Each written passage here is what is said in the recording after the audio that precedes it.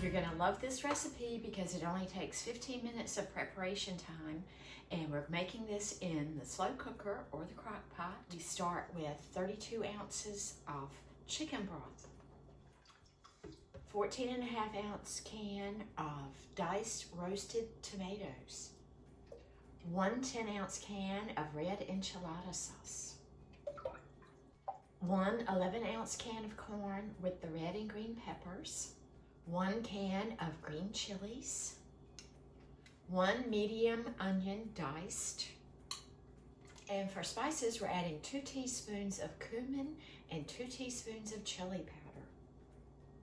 Give this a good stir. Put the lid on. I'm turning it on low and I'm going to move this aside. And now we're going to prepare our chicken. So I've got 2 whole chicken breasts that I've sliced in half, trimmed them, and patted them dry. They're going in the skillet. I've added about 4 or 5 tablespoons of vegetable oil. And because I love oregano, I am going to add a couple tablespoons of dried oregano to the oil. And I want some cilantro, so I'm going to add a couple of teaspoons of dried cilantro to the oil. This step is totally optional. It's just something I prefer. This really adds a depth to the flavor of the chicken.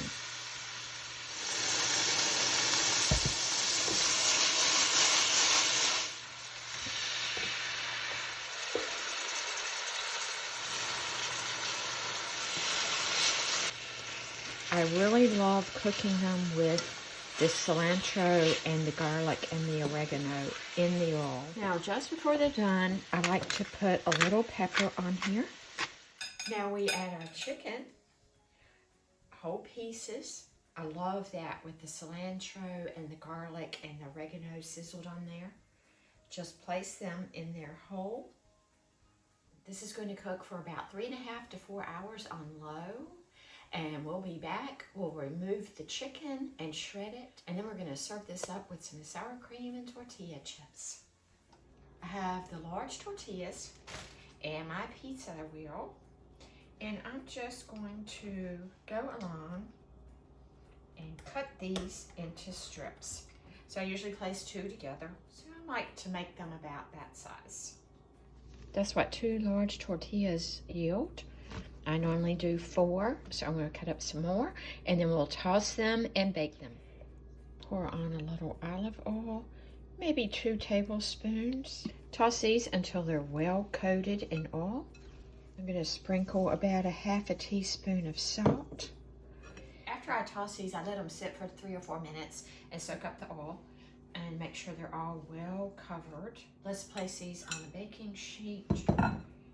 Once you get these in a single layer, they're going in a 300-degree oven for about 20 minutes, and we'll check on them. It's been in a 300-degree oven for 20 minutes. They are pretty crunchy.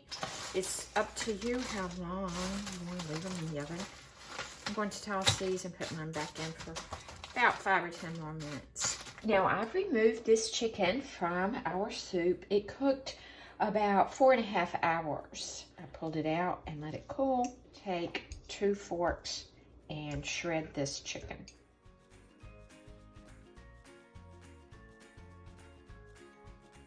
This soup would be fine. I just love okra, and this is some that I grew and I froze last August. That's just me. Could add in some frozen corn if you like it a little on the heartier side like I do. Going to let that sit for about 5 minutes, and we'll serve this up with some tortilla chips. Now that's a nice looking pot of soup with some added okra and a lot of chicken. You make it however you like. The initial ingredients yields a very nice soup, a very nice base.